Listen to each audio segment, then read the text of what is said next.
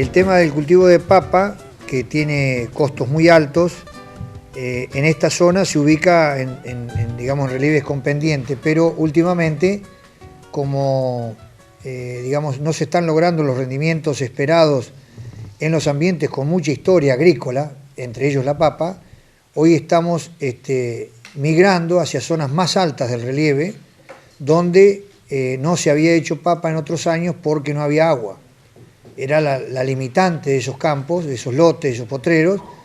Al no haber agua, no se puede hacer papa. Bueno, hoy, digamos, con 3 pozos encadenados de medio rendimiento, de 50.000 litros cada uno, llevamos el agua donde corresponda y estamos haciendo papa en suelos no prístinos, pero suelos con mucha menos historia agrícola. Por eso yo creo que hoy estamos entrando en una pendiente muy peligrosa en el cultivo de papa, porque se está expandiendo y va hacia esos ambientes.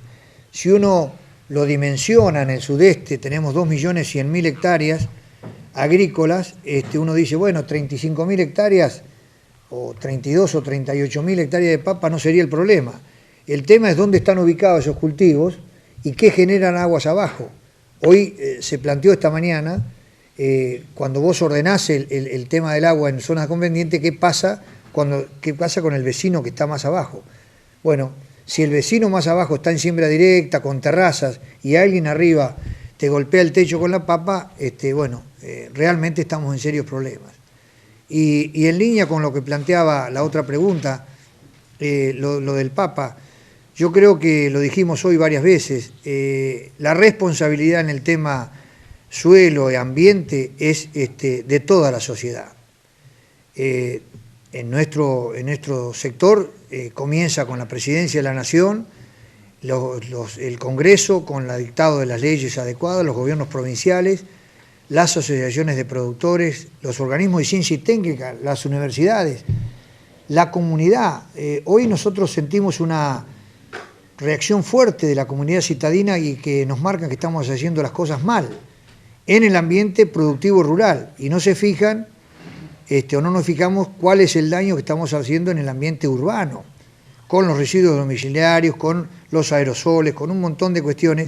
Por eso creo que viene en línea este año que ha sido elegido, asignado por la asociación, por la FAO como el Año Internacional de los Suelos, también la encíclica y nuestro enfoque, que es global.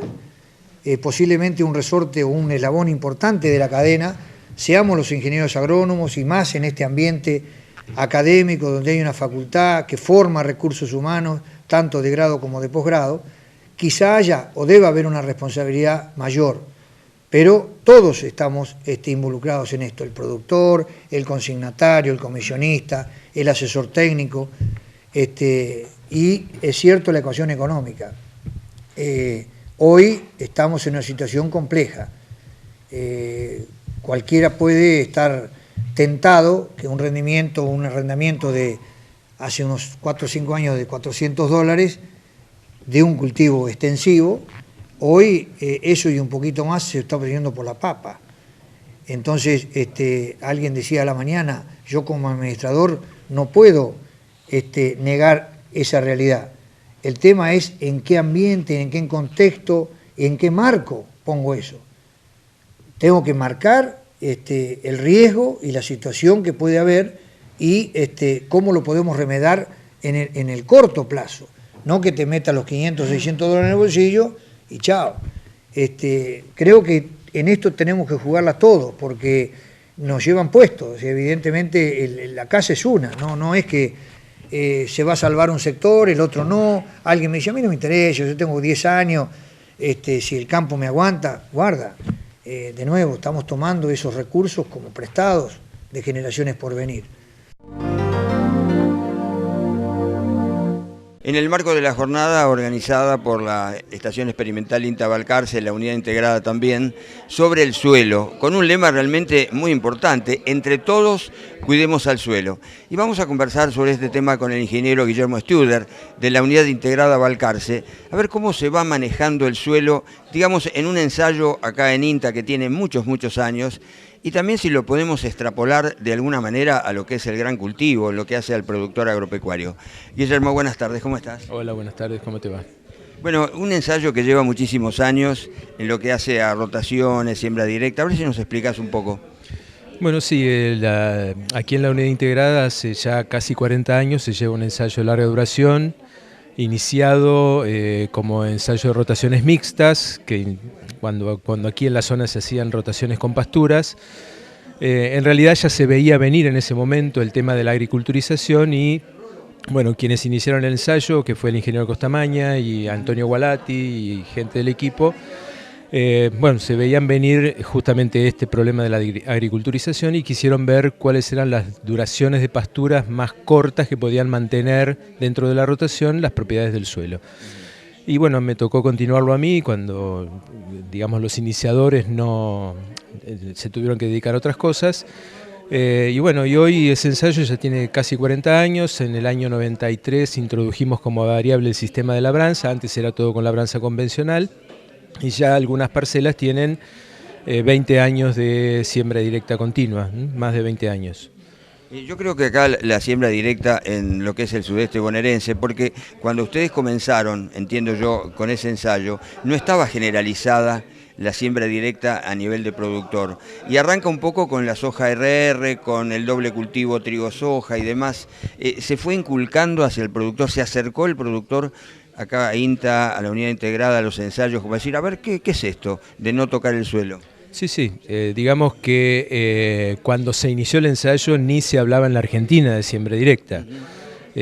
Si bien el grupo, el equipo que trabajaba en esto tenía otros ensayos que se incluía la siembra directa y que después por distintos motivos hubo un impasse, digamos, en la investigación de siembra directa y se reinició a partir del principio de los 90, que fue cuando empezó a entrar ya como práctica inclusive adoptada por los productores. Así que lo que nosotros hicimos fue incorporar la siembra directa en nuestros ensayos como forma de generar información de la que en la zona casi no se tenía. Pero sí, obviamente, no hay visita de productores o de colegas profesionales aquí a la unidad integrada que no vayan por nuestros ensayos y ahí transmitimos nuestros resultados. Digamos que corroboran algunas cosas de lo que habitualmente se dice respecto a las ventajas o desventajas de alguna práctica y encuentran algunas cosas particulares que tienen que ver básicamente con el ambiente en el que estamos trabajando, que no es el mismo ambiente donde, por ejemplo, se empezó a utilizar siembra directa por primera vez en el mundo, que era muy distinto el ambiente. Exactamente. Guillermo, vamos a cosas un poquito más técnicas.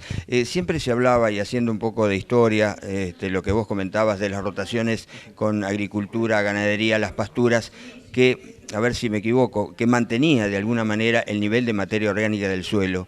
Y la siembra directa se dice, no sé si es tan así, que mantiene el nivel de materia orgánica del suelo por la no remoción y demás. ¿Es así realmente?